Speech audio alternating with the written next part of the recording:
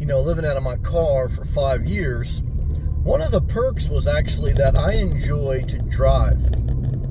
And I definitely enjoyed to drive when I first started because everything is an adventure and it's fun to turn the car and just go. And even to this day, driving is very enjoyable to me. Even as a side hustle doing DoorDash, that played to a strength. I enjoy to drive. But I will say that when you live in your vehicle and you drive all the time and you deal with traffic and you deal with heat or cold weather, over time, it agitates you a little bit. And I think as you get older, in life period, as you get older, you want to be on the road less. I know I'm starting to feel myself. Look, I'll be 42 this year, and I'm still middle-aged. I'm not young, I'm not old, I'm middle-aged. And I still enjoy to drive, but as I get older, less. I like to drive less traffic, less inconvenience, and more of a focused drive with a specific destination. I enjoyed some wandering. I enjoyed exploring. There's a season for everything. Let's see where this road takes us. Not anymore. And that's part of my next season why I recently acquired a home base so that I can spend less time driving and more time focused on my daily routine. Whether gym, laundry, hygiene, at the beach. That's why I bought a home base at the beach. I don't have to drive to the beach. I was looking at a home base an hour away from the beach. And there was a lot of value there, but I want to tell you, as you get older, driving an hour every day, and that's just one way, you got to drive another hour back.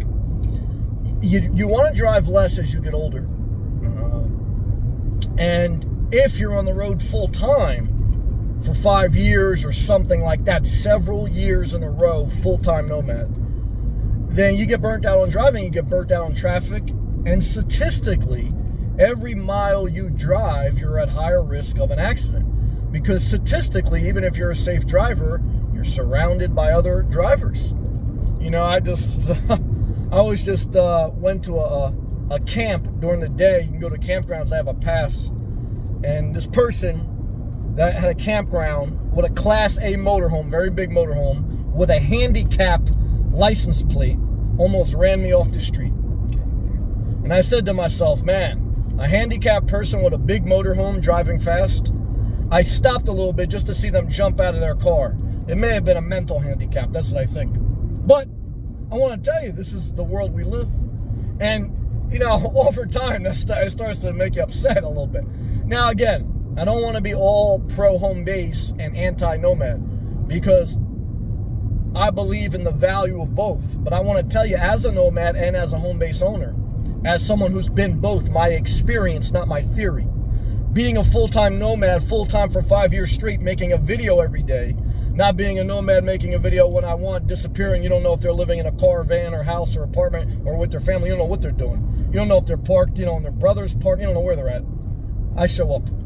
And what I can tell you is you get burnt out. You get burnt out on the road.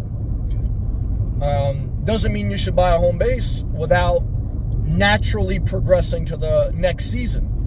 But I tell you, while you're on the road and while you look at home bases, you need to look at the geographical distance between where you like to plant your daily routine.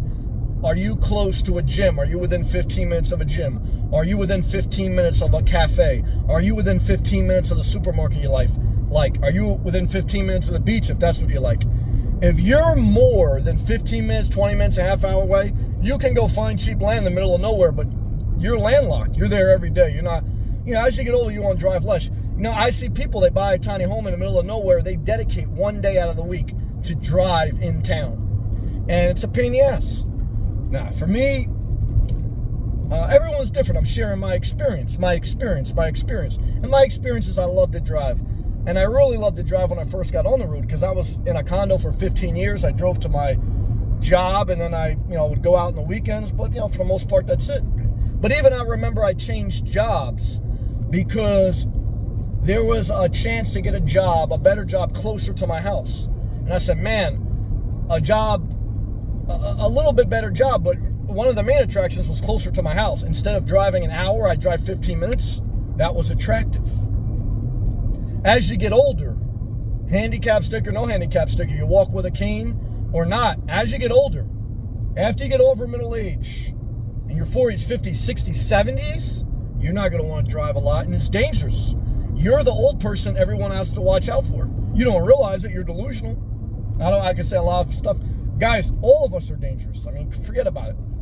So, I want to tell you that part of me documenting my experience getting a home base is saying, how can I improve my daily routine?